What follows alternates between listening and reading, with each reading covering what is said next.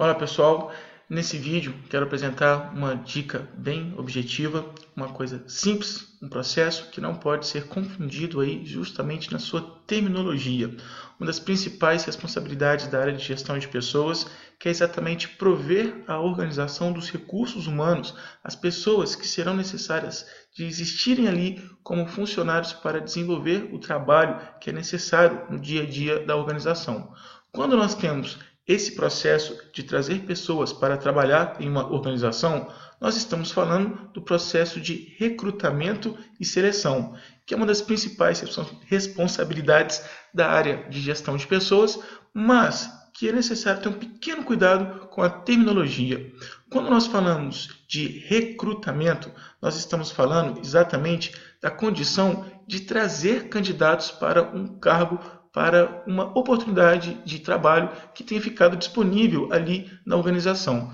Para você não confundir, entenda, recrutar é justamente formar a minha tropa, os meus recrutas, para uma oportunidade para a qual eu vou lançar como desafio para esses profissionais que venham a trabalhar na minha organização. E se eu tenho a minha tropa formada, logicamente, dependendo da quantidade que eu tenho de funcionários, de candidatos ali para serem funcionários na minha organização, eu não vou ter condições de contratar todos eles. Então, nós vamos aplicar depois as técnicas de seleção. Eu vou precisar conhecer toda essa minha tropa, todos esses candidatos que se inscreveram, que têm interesse para assumir uma responsabilidade ali na organização, e desses candidatos, eu vou então selecionar qual de fato será o contratado. Então, recrutamento é prospectar candidatos. E aí eu tenho maneiras de fazer isso. Como que eu vou chamar pessoas para assumir um desafio ali na minha organização? Já a seleção é exatamente como que eu vou avaliar, conhecer os perfis,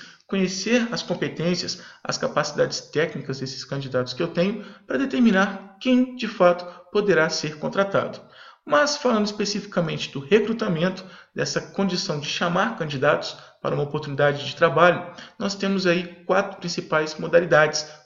quatro principais tipos de treinamento. O mais comum, o mais usual, é o recrutamento externo, que quer dizer exatamente a minha organização tem um cargo que está em aberto, não tem uma pessoa para assumir a responsabilidade desse cargo, então nós vamos chamar candidatos de fora, por isso externo, ou seja, eu vou buscar esse funcionário, esse profissional disponível no mercado de trabalho,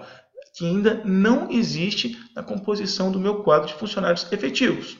Logicamente, isso vai trazer vantagens e desvantagens. A principal vantagem é que eu vou trazer sangue novo, eu vou trazer novas ideias, eu vou trazer um profissional com uma qualificação diferente daquela que eu já tenho na composição do meu quadro efetivo de funcionários. Mas a desvantagem é o risco de, se surgiu uma vaga, dependendo do cargo que ficou ali disponível, pode ser que eu tenha algum funcionário dentro da minha organização que tenha interesse por desenvolver carreira, que tenha interesse até mesmo de assumir a responsabilidade daquele cargo para o qual nós faremos a seleção de um novo profissional a ser contratado. Então, recrutamento externo, a vantagem, trazer pessoas novas, mas a desvantagem é o risco de inviabilizar ou comprometer a motivação para o trabalho se eu tenho funcionários que estão ali desejosos de desenvolver um plano de carreira ou assumir novos desafios na minha organização. Para isso, eu também posso contar aí com a alternativa do recrutamento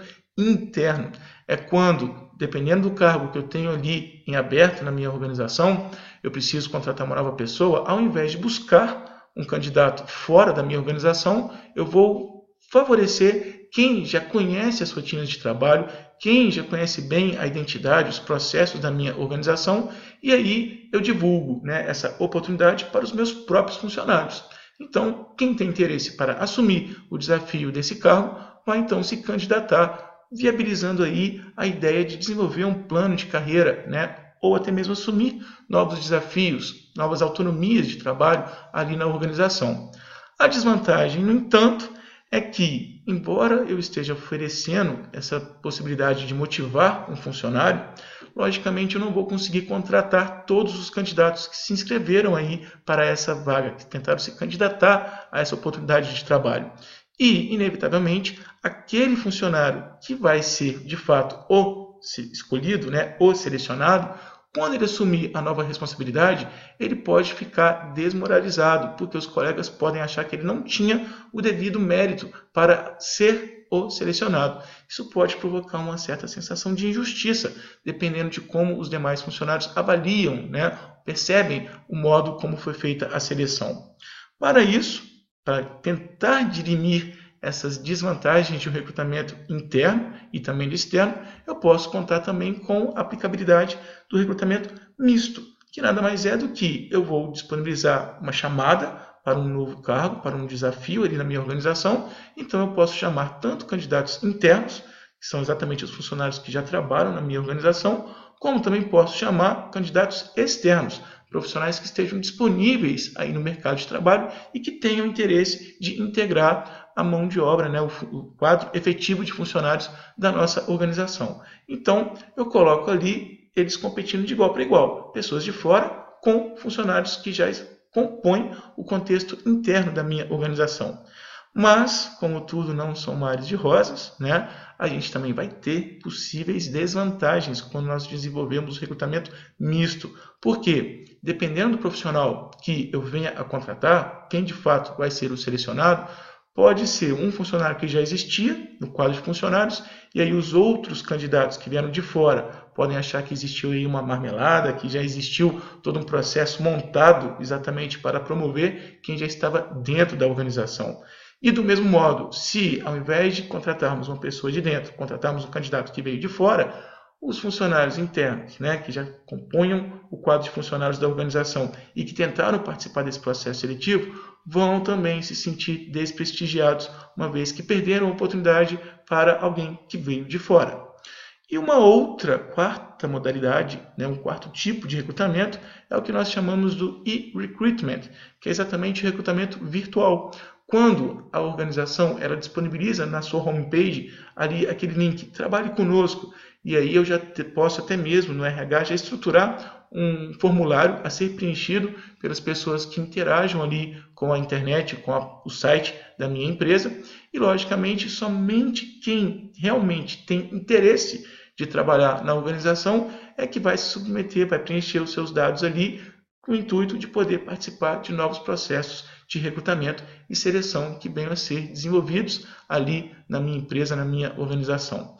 E o e-recruitment também pode permitir, dependendo da modalidade, né, dependendo da ferramenta, de como que foi aplicada essa ferramenta na organização, pode viabilizar que funcionários que já estejam no quadro interno da organização também preencham seus dados ali no site, se eles têm intenção de assumir outros desafios. Então, o e-recruitment viabiliza também o recrutamento misto e tem a principal vantagem de, além de divulgar a empresa, né, porque se o site disponibiliza uma chamada para candidatos a processos seletivos da minha organização, além de fazer essa divulgação, eu já tenho ali uma filtragem, porque eu já posso buscar dos próprios candidatos as informações precisas que serão de fato consideradas no momento de avaliar os seus perfis, as suas capacidades para serem selecionados. Então, nós temos aí essas 4 modalidades, esses 4 tipos de recrutamento, sendo que eles apresentam as suas